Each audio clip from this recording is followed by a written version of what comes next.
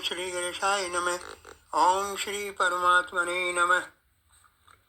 देखिए सज्जनों, आज के कथा प्रसंग में मुनि विश्वामित्र जी का अयोध्या आगमन एवं राजा दशरथ से श्री राम और लक्ष्मण को अपने साथ ले जाने का वर्णन किया जाएगा।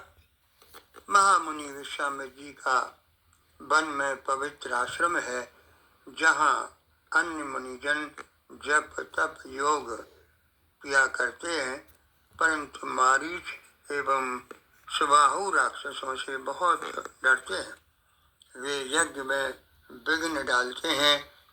विश्वामित्र जी के मन में यह विचार आया कि ये राक्षस तो बिना प्रभु के मारे मरेंगे ही नहीं। तब श्रेष्ठ मुनि ने सोचा कि प्रभु ने पृथ्वी का भार हरने के लिए रघुवंश कुल में अवतार लिया है। इसी बहाने मैं जाकर उनके दर्शन करूंगा और संभव हुआ तो दोनों भाइयों को विनती करके अपने साथ ले आऊंगा। यह सोचकर वो अयोध्या को चल देते हैं और सरजू में स्नान करने के पश्चात वे राजा दशरथ के दरबार में पहुंचते हैं। राजा दशरथ ने मुनि का आगमन सुनते ही उनका सम्मान करते हुए उचित आसन दिया एवं उत्तम भोजन भी कराया। तत्पश्चात चारों पुत्रों ने आकर मुनि को प्रणाम किया। मुनि को यह सब देखकर बहुत अच्छा लगा और उन्होंने आशीर्वाद भी दिया। श्री रामचंद्र जी की शोभा देख मुनि अति प्रसन्न हुए। तब राजा दशरथ बोले, हे मुनिवर, मैं आपके दर्शन से कृतार्थ हुआ। हे मुनिवर, अपने शुभ आगमन का कोई विशेष प्रयोजन हो तो कृपया बताएं, मैं उसे पूरा करने में विलंब नहीं करूंगा। राजा तो सोच रहे थे कि मुनि गायों को अथवा आश्रम हेतु भूमि की मांग करेंगे, परंतु मुनि ने अपने आने का कारण इस प्रकार बतलाया। असुर समूह सतावह मोई, मैं जाचन आयौ नृपतोहि, अनुज समेत देहु रघुनाथा, निश्चर बध मैं हों सनाता। हे राजन, राक्षसों के समूह मुझे बहुत सताते हैं, जप तप में बाधा डालते हैं, इसलिए मैं तुमसे कुछ मांगने आया हूँ। वह यह कि छोटे भाई सहित श्री रघुनाथ जी को मुझे दे दो। इनके द्वारा राक्षसों के मारे जाने पर मैं सुरक्षित हो जाऊंगा। अपनी सोच के विपरीत राजा के लिए यह बात ऐसी लगी जैसे पहाड़ से पत्थर आ गिरा हो। उनका हृदय कांप उठा। कहने लगे, हे मुनिवर, मैंने चौथेपन में पुत्रों का मुंह देखा है। आपने विचार कर बात नहीं कही। हे मुनिवर, आप पृथ्वी, गौ, धन, कोष मांग लीजिए, मैं सहर्ष दे दूंगा। देह और प्राण से बढ़कर कुछ भी नहीं होता, मैं उसे भी एक पल में दे दूंगा। मुझे सभी पुत्र प्राणों के समान प्यारे हैं, परंतु राम को तो किसी प्रकार से देते नहीं बनता। हे मुनिवर, कहाँ इतने डरावने राक्षस और कहाँ ये किशोर बालक। मुनि विश्वामित्र जी को राजा का अपने बच्चों के प्रति प्रेम देखकर बड़ा हर्ष हुआ, परंतु मुनिवर कहने लगे कि हे राजन, मोह और अज्ञान को छोड़कर यह विचार करो कि श्री राम का तो आगमन ही राक्षसों के संहार के लिए ही हुआ है। फिर भी कुछ दिन पश्चात तो वे वापस आ ही जाएंगे। इस बात पर मुनि वशिष्ठ जी ने भी राजा को समझाया तो राजा का संदेह दूर हुआ। राजा ने आशीर्वाद देकर दोनों भाइयों को मुनिवर विश्वामित्र जी को सौंप दिया। श्याम गौर सुंदर दो भाई, विश्वामित्र महानिधि पाई। प्रभु ब्रह्मण्य देव में जाना, मोह नित्य पिता तजेऊ भगवाना। श्याम और गौर वर्ण के दोनों भाई परम सुंदर हैं। विश्वामित्र जी को तो मानो महान निधि प्राप्त हो गई हो। वे सोचने लगे कि प्रभु सच में विप्रों के हितकारी हैं। मेरे कारण पिता का घर भी उन्होंने छोड़ दिया। मार्ग में जाते हुए मुनि ने प्रभु को ताड़का को दिखलाया। वह क्रोध करके दौड़ी। श्री राम जी ने एक ही बाण से उसके प्राण हर लिए और उसे दिव्य स्वरूप दिया। फिर मुनि उन्हें आश्रम ले आए और कंद मूल फल से उनका स्वागत किया। श्री राम जी ने कहा, हे मुनिवर, अब निश्चिंत होकर आप यज्ञ करें। यह बात राक्षस दूतों ने मारीच को जाकर बताई। जब ये समाचार मारीच ने सुना तो वह यज्ञ विध्वंस करने दौड़ा। प्रभु ने उसे बिना फल का बाण मारा। वह 100 योजन दूर जाकर गिरा। फिर प्रभु ने सुबाहु को अग्निबाण मारा। लक्ष्मण जी ने राक्षस सेना का संहार किया। देवता और मुनि श्री राम जी की स्तुति करने लगे। उन्हीं दिनों मिथिला नरेश राजा जनक ने धनुष यज्ञ की घोषणा की तथा अन्य राजाओं के साथ मुनि विश्वामित्र जी को भी निमंत्रण भेजा। तो मुनि विश्वामित्र जी ने यह बात राजा राम से कही कि हे राम, राजा जनक धनुष यज्ञ कर रहे हैं। मेरे विचार से उसे चलकर देखा जाए। श्री राम को तो मुनि की आज्ञा का पालन करना ही था। सो धनुष यज्ञ की बात सुनकर श्री राम और लक्ष्मण दोनों भाई मुनि विश्वामित्र जी के साथ चल दिए। मार्ग में चलते हुए एक आश्रम दिखाई दिया जहाँ कोई जीव जंतु नहीं था। पत्थर की एक शिला मात्र थी। श्री राम जी ने मुनिवर से इसके बारे में पूछा तो मुनिवर ने बताया, गौतम नार श्राप वश उपल देहु रघुवीर, चरण कमल रज चाहत कृपा करहु रघुवीर।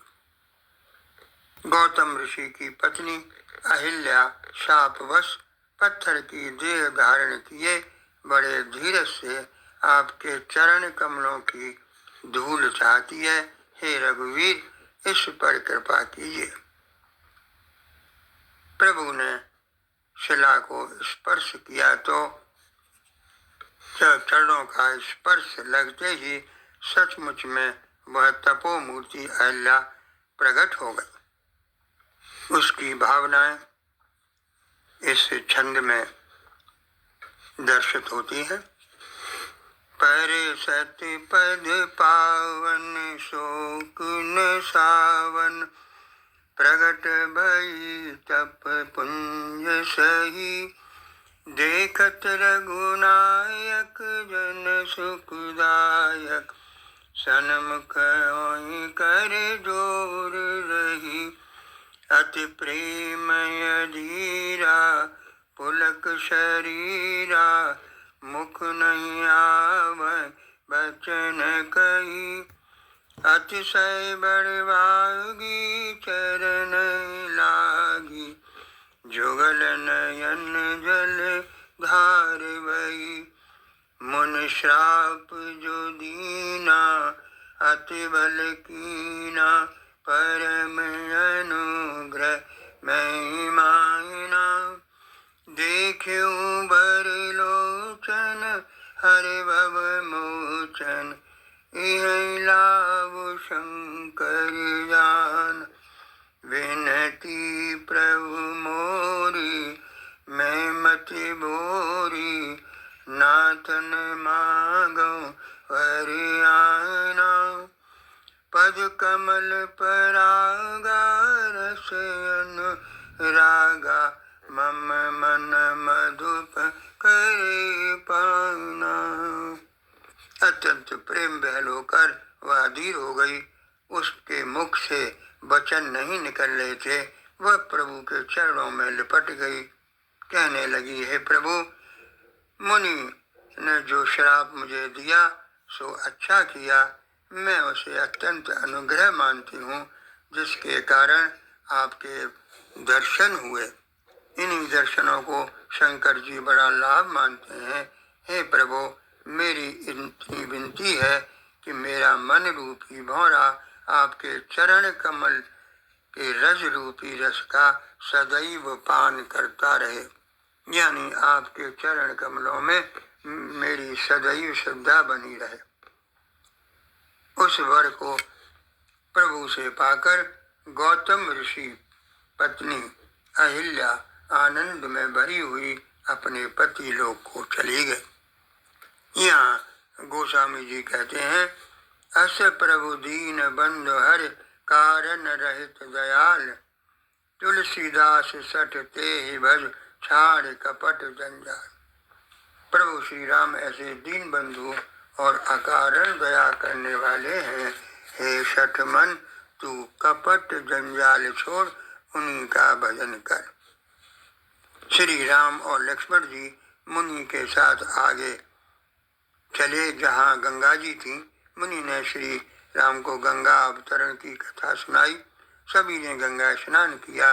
फिर वे शीघ्र ही जनकपुर के निकट पहुँच गए। जनकपुर की शोभा देख दोनों भाई अति हर्षित हुए। सुमन बाटिका बाग वन, विपुल विहंग निवास, फूलत फलत सुपल्लवत, सोहत पुर चहुबार। पुष्प वाटिका बाग और वन, जिसमें बहुत से पक्षियों का निवास, फलते फूलते सुंदर पत्तों से लदे हुए नगर के चारों ओर सुशोभित है। जहाँ जनक जी का अत्यंत सुंदर निवास यानी महल है, वहाँ का ऐश्वर्य देख देवता भी स्तंभित हो जाते। बहुत से शूरवीर मंत्री और सेनापति हैं। मुनि विश्वामित्र जी का आगमन सुन राजा जनक उन्हें स्वयं अपने मंत्रियों के साथ लेने चले। राजा जनक ने जब राम और लक्ष्मण को देखा तो उनकी सुंदरता पर मोहित हुए और मुनिवर से पूछने लगे, कहो नाथ सुंदर दो बालक, मुनि कुल तिलक के नृप कुल पालक, सहज विराग रूप मन मोरा, थकित होत जिम चंद चकोरा। हे नाथ, कहिए ये दोनों सुंदर बालक मुनि कुल के आभूषण हैं या फिर किसी राजवंश के पालक। मेरा मन जो स्वभाव से ही वैराग्य रूप है, परंतु इन्हें देखकर ऐसा मुग्ध हो रहा है जैसे चंद्रमा को देखकर चकोर का होता है। ये सुनकर विश्वामित्र जी को बहुत अच्छा लगा और वे कहने लगे कि हे राजन, आपका कथन सत्य है। जगत में जहाँ तक प्राणी हैं ये सभी को प्रिय है। मुनि की रहस्यमय वाणी सुनकर श्री राम जी मन ही मन मुस्कुराते हैं और मानो कह रहे हों कि हे राजन, रघुकुल महाराज दशरथ जी के मानो कह रहे हों कि हे मुनिवर, रहस्य मत खोलिए। मुनि पुनः कहने लगे कि ये रघुकुल महाराज दशरथ जी के पुत्र हैं। राजा ने इन्हें मेरे हित के लिए मेरे साथ भेजा है। पुनः कहने लगे, ये राम और लक्ष्मण दोनों श्रेष्ठ भाई रूप शील और बल के धाम हैं। इन्होंने युद्ध में असुरों को जीतकर मेरे यज्ञ की रक्षा की। ये सुनकर राजा जनक अत्यंत प्रभावित हुए और फिर राजा जनक ने उन्हें अति विशिष्ट अतिथि जानकर अत्यंत सुंदर महल में ठहराया। यह देखकर विश्वामित्र जी को भी बहुत आत्मसंतोष मिला। जनकपुर की शोभा देख लक्ष्मण जी के मन में यह इच्छा हुई कि नगर का भ्रमण किया जाए। उनके हाव भाव से श्री रामचंद्र जी ने यह बात टाल ली। वास्तव में उनकी स्वयं की भी यही इच्छा थी, परंतु लक्ष्मण का सहारा लेकर गुरु जी से कहा कि हे नाथ, लक्ष्मण जनकपुर देखना चाहते हैं, यदि आपकी आज्ञा हो तो मैं इन्हें जनकपुर घुमा लाऊं। विश्वामित्र जी ने सहज स्वीकृति दे दी तो दोनों भाइयों ने उनके चरण वंदना की और नगर की ओर चल दी। पीत वसन पर कर कट बांधा, चारु चाप सुर सोहत हाथा, कानहि कनक फूल छब देहि, चितवत चितय चोर जन ले। दोनों भाइयों ने पीले वस्त्र पहने हुए हैं, हाथों में सुंदर धनुष बाण है, कानों में सोने के कर्णफूल शोभा दे रहे हैं। जब नगरवासियों ने यह सुना कि दोनों राजकुमार नगर देखने आए हैं तो वे भी सब काम काज छोड़ उनके दर्शन करने चले आए। उनकी सुंदरता देख वे आनंदित हो रहे हैं। युवती स्त्रियां भी घर के झरोकों से इन राजकुमारों को देखकर कह रही हैं कि इनकी किशोर अवस्था है। सुंदरता के घर एवं सांवले और गोरे रंग के और सुख के धाम है। इनके अंग अंग पर करोड़ों कामदेव नछावर। यहाँ नगर की महिलाएं आपस में अपने अपने विचार व्यक्त कर रही हैं। एक सखी कहती है कि ये दोनों राजकुमार महाराज दशरथ जी के पुत्र हैं, जिनका श्याम शरीर, सुंदर कमल नेत्र हैं और जो हाथों में धनुष बाण लिए हैं वह कौशल्या के पुत्र हैं। इनका नाम राम है। और जिनका रंग गोरा है और किशोर अवस्था है, जो हाथ में धनुष बाण लिए श्री रामचंद्र जी के पीछे पीछे चल रहे हैं, वे इनके छोटे भाई हैं। लक्ष्मण इनका नाम, और वे सुमित्रा के पुत्र। वे विश्वामित्र का काम करके गौतम ऋषि की स्त्री अहिल्या का उद्धार करके यहाँ धनुष यज्ञ देखने आए हैं। तभी एक सखी कहती है, देख राम छवि को एक कई, जोग जानकी यह को कई भूपति पहचाने, मुन समेत सा दर्शन मान, जय विरंच रच सिय सवारी, ते श्यामल रचु विचारी, तासु वचन सुन सब हर्षानी, ऐसे होई कहूँ मृदुवानी, ऐसे होई कहूँ मृदुवानी। श्री रामचंद्र जी की छवि देखकर कोई एक सखी कहती है कि यह वर तो जानकी जी के योग्य है। किसी ने कहा, राजा ने इन्हें पहचान लिया है, तभी तो मुनि सहित इनका आदर पूर्वक सम्मान किया है। परंतु सखी, राजा धनुष यज्ञ का प्रण नहीं तोड़ता। शंकर जी का धनुष बहुत कठोर है और ये कोमल राजकुमार। कोई सखी कहती है कि ऐसा सुना है कि ये देखने में तो छोटे हैं, पर इनका प्रभाव बहुत बड़ा है। जरा सोचो, जिनके चरण कमलों की धूल पाकर अहिल्या तर गई, क्या वह शिव का धनुष तोड़े बिना रहेंगे? जिस ब्रह्मा ने सीता को सवार कर रचा है, उसी ने विचार कर सांवरा वर भी रचा है। यह वचन सुनकर सभी सखियों ने बड़ा सुख माना।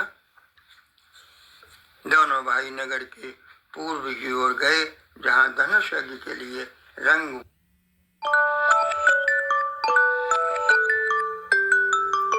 भूमि बनाई गई थी। नगर के बालक कोमल वचन कहकर श्री रामचंद्र जी को यज्ञशाला दिखला रहे हैं और इसी बहाने उनके मनोहर अंगों को छूकर पुलकित हो रहे हैं। प्रभु ने उन बालकों को सुंदर बातें बनाकर विदा किया। रात्रि के प्रवेश होते ही सभी ने संध्या वंदन किया। मुनि ने शयन किया। दोनों भाई उनके चरण दबाने लगे। मुनि ने बार बार आज्ञा दी। तब श्री रघुवीर जी ने शयन किया। तो फिर लक्ष्मण ने श्री राम जी के चरण दबाने लगे। श्री राम जी के बार बार कहने पर तब लक्ष्मण भी शयन करने लगे। दूसरे दिन प्रातः गुरु की आज्ञा पाकर दोनों भाई फूल लेने राजा के बाग में गए। बाग के बीचों बीच सुंदर सरोवर है, पक्षी कलरव कर रहे हैं और भौरे गुंजन कर रहे।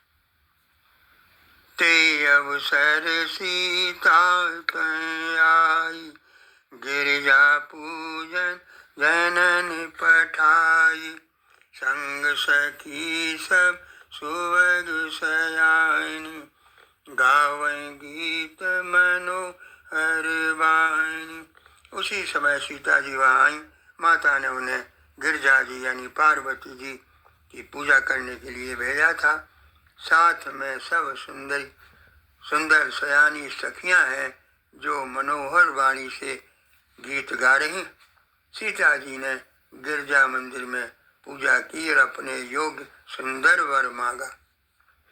एक सखी फुलवारी देखने चली गई तो उसने वहां दोनों भाइयों को देख लिया तो प्रेम से बहल होकर वह सीता जी के पास आई और कहा कि दो राजकुमार बाग देखने आए हैं, वे सांवले और गोरे रंग के, उनकी सुंदरता कैसे बखान करूं। एक सखी ने कहा, ये वही राजकुमार हैं जो मुनि विश्वामित्र के साथ आए, उन्हें अवश्य हमें देखना चाहिए। सखी की यह बात सीता जी को अत्यंत प्रिय लगी। वे रामचंद्र जी को देख के दर्शनों को व्याकुल होने लगी। तभी उन्होंने उसी सखी को आगे किया और उसके साथ मैं श्री राम जी के दर्शन को चल दी। अन्य सखियां भी साथ में होली। सखियों के साथ सीता जी जब चल रही थी तो उनकी छवि अत्यंत सुंदर थी।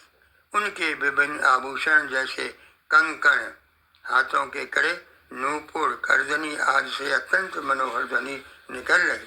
सीता जी चलते हुए अति सुंदर लग रही थी।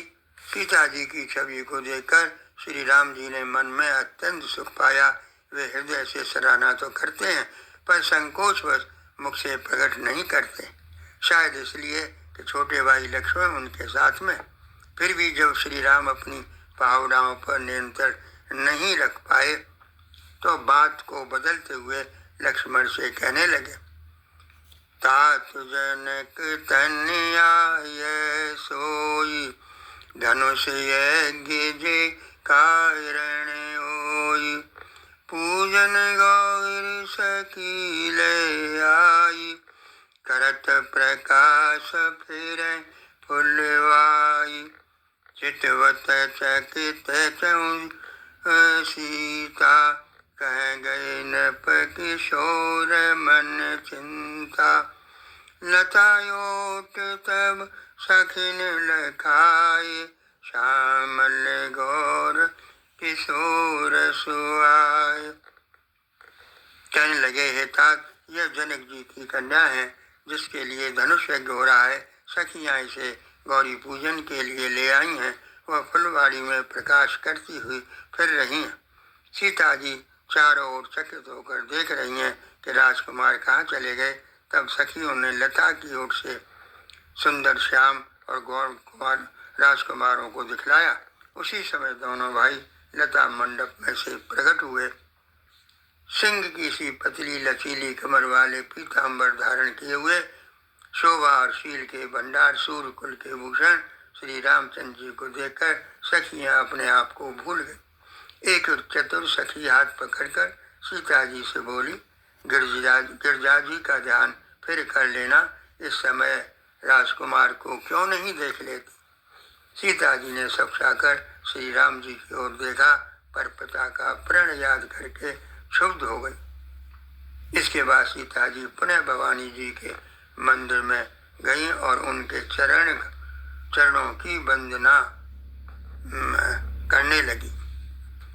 जय जय गिरिवर राज किशोरी, जय महेश मुख चंद चकोरी, जय गजवदन शरानन माता, जगत जननी धामिनी दुति गाता।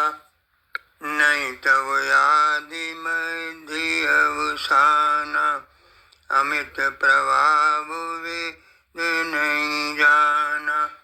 भव भव विभव पराव भव कारिण, विश्व विमोहन सर्व शिव आरिन।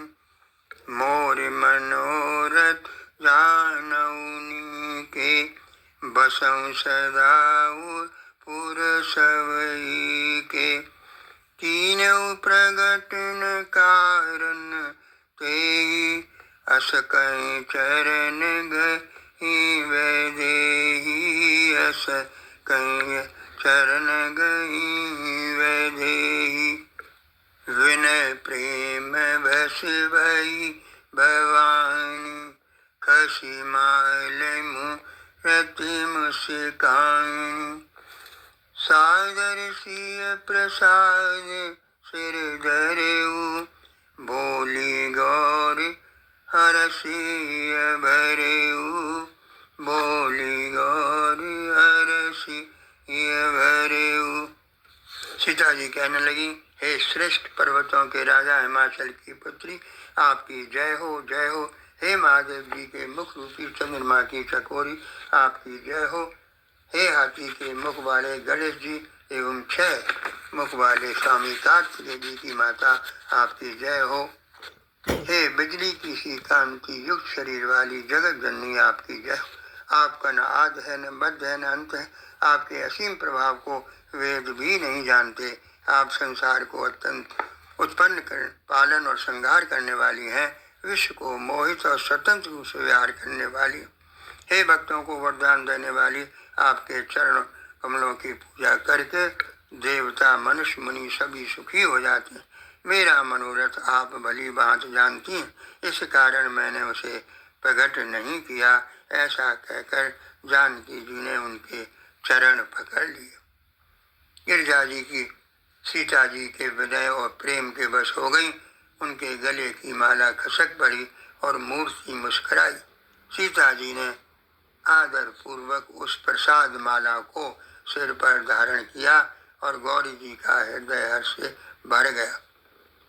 वे बोली, सुन सिय सत्य शीस हमारी, पूजिए मन कामना तुम्हारी। नारद वचन सदा सच साचा, सोवर मिलहि जाय मन राचा। सोवर मिलहि जाय मन राचा। हे सीते, हमारी सत्य आशीष सुनो, तुम्हारी मनोकामना पूर्ण होगी। नारद जी का वचन सदा पवित्र और सत्य होता है। जिसमें तुम्हारा मन अनुरक्त है वही वर तुम्हें मिलेगा। इस प्रकार श्री गौरी जी का आशीर्वाद पाकर जानकी समेत सब सखियां हर्षित हुई। भवानी जी को बार बार पूजकर सीता जी प्रसन्न मन से राजमहल लौट आई। आगे की कथा में धनुष यज्ञ का प्रसंग आएगा। ये कथा हम यहीं समाप्त करते हैं। जय श्री राम। यहाँ कथा को हम विराम देते हैं। जय श्री राम।